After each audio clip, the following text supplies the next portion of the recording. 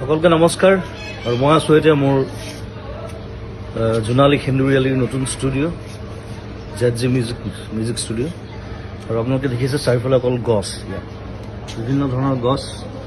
মই ষ্টুডিঅ'টো বনোৱাৰ আগতে গছবিলাক লগাই লৈছোঁ আৰু এই গোটেই বছৰটো আমি ঘৰৰ ফল মূল খাইছোঁ, চব্জি খাইছোঁ ষ্টুডিঅ'ৰ, আৰু এটা সম্পূৰ্ণ গ্ৰীণ পৰিৱেশ। ঘৰটো মই গ্ৰীণ ৰাখিছোঁ সেইকাৰণে যিমান পাৰি ষ্টুডিঅ'টো।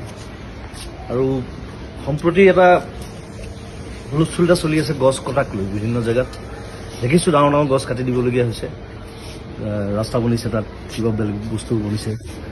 গতিকে আৰু চৰকাৰে কৈছে যে আমি গছ কাটিছোঁ যদিও আমি বিভিন্ন ঠাইত গছ ৰুইছোঁ তাক বেলেঞ্চ কৰিবৰ কাৰণে।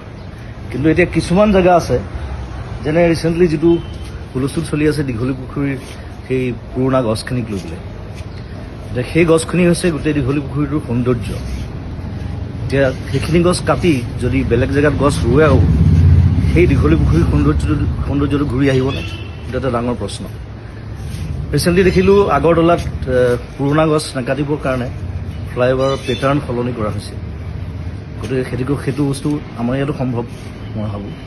গতিকে মই চৰকাৰক আবেদন জনাইছোঁ যে যদি কিবা অপশ্যন আছে তেওঁলোকে সেই অপশ্যন গ্ৰহণ কৰক, যাতে সেই গছকেইজোপা দীঘলী পুখুৰী আমি বচাব পাৰোঁ। সেইটো মোৰ ফালৰ পৰা অনুৰোধ, সমগ্ৰ অসমবাসীৰ ফালৰ পৰা অনুৰোধ।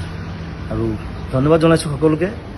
আৰু এই যিটো আমাৰ বিপ্লৱ চলিছে গছ সংৰক্ষণ, গছ বচোৱাৰ, তাত সকলোৱে সহযোগ কৰক।